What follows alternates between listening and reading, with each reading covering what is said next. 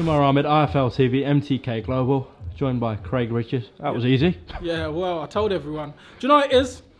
As I said to people, I was a light heavyweight. I was a cruiser. I come to light heavyweight. I boxed out in the amateurs. I come down and I thought I could keep my power at super middleweight, which I couldn't. You got to remember, I lost to my punch power, my energy system at super middleweight, and I still left super middleweight unbeaten. But that's surely because of my IQ and my boxing and my skill set.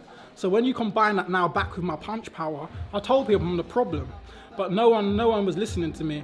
Jake's a very good fighter. He was a GB boy. He's boxed at high level. I had limited amateur experience, and I went in there, dropped him 3 times, got him out there within 3 rounds. Massive respect for him for taking the fight, stepping up. He's a top prospect. And you know, we put on a good show tonight. O2 was way more packed than I thought the show built. You know, it was tremendous, and I just want to thank everyone. You know, like who's been in the gym with me, my sponsors, my team, like Frank Darnell Smith. He's been putting that work in on the pads and everything. He's been working, you know, getting his IFL moment, his moment to shine.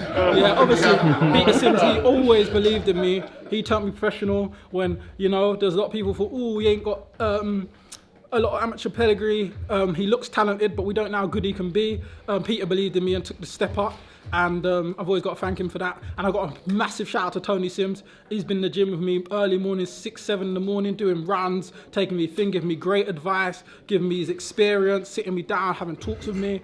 And you know, he didn't need to do that. You know, he's got a plate full of himself. He had Ted Cheeseman, Felix, he had everyone, and he's really given me his time and effort and put the work in with me. So I have to massive shout out to Tony Sims for that.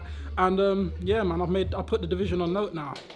I think there was a few raised eyebrows when you said that you're going to move up from super middle to light heavyweight, but now we can see why. Exactly. Everyone was like, oh, if he couldn't punch a super middleweight, how can he punch a light heavyweight? I told everyone. Told me as well. I told you. Remember I said to you, now I've had 8 contests above super middleweight, yeah?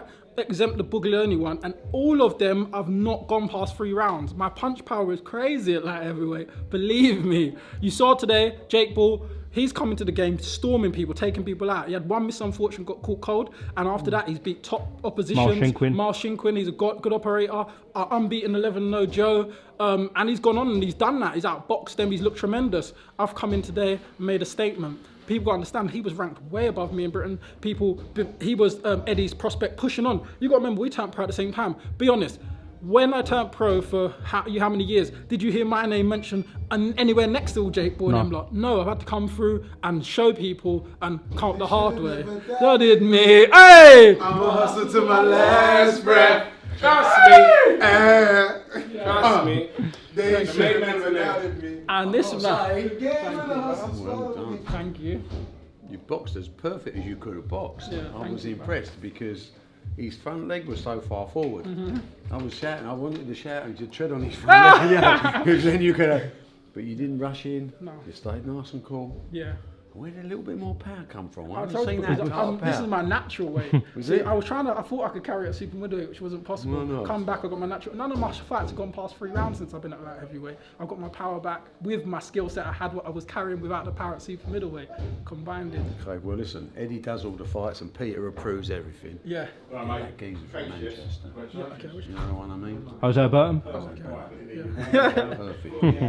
If you're in on the chin, you'll go. That's a big fight. Yeah. And don't forget, don't be too hard on my son. It's all Big about fight, earning big a living. money. Don't tell him I said that. I'm out of here. It's not my meal. Thank you, Bao. Thank Very you. impressive performance. Thank you. Very, very good. Yeah, Craig, Barry's mentioned HOSEA Burton's name for the Commonwealth title. Yeah. I'm sure that interests you. I want to sit down with my team and see what they got to offer me. Ain't gonna jump at the gun, see what's going on, and settle down. Don't get caught in the excitement and the hype. Just one, obviously my adrenaline's going. I'm gonna call everyone out, but let's be realistic. Let's just relax and see what the best next moves are. Obviously, Boatsy and Conroy are tied up. So yeah, you are going to have that name of HOSEA Burton thrown at you, because who else really is there at the moment? They throw names at me all the time. We'll see. As I said, I'll sit down with my team and see what's best for me. But yeah, just talk me quickly through round 1, put him down, round 2, put him down, round 3, put him down. Like, must have felt incredible out there. Yeah, it was a great atmosphere. You saw how much people was out there rooting me on. Your sister was going mad. I told people the punch power I've got is crazy. I don't know why anyone doesn't believe me, but I went out there and showed it today again. Put the guy down 3 times in 3 rounds. This is a very credible guy from GB, and went out there and executed a good performance. So. Did you hear your sister had to hold back? No, I didn't. I was focused on the fight. I know Course, Jake's of not a course. rubbish fighter. He's a top-class fighter. You can't take your eyes off him. Credible opponent. He wouldn't make GB and where he is today and be in matchroom with Eddie Hearn, etc. if he wasn't a good fighter. He's ranked well above me in Britain. I've gone out there and made a statement.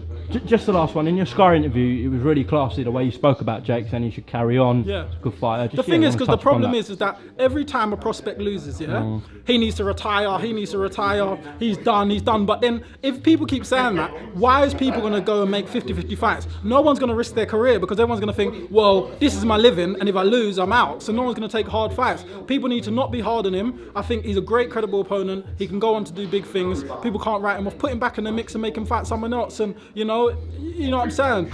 Let the guy go on. Well said, well said.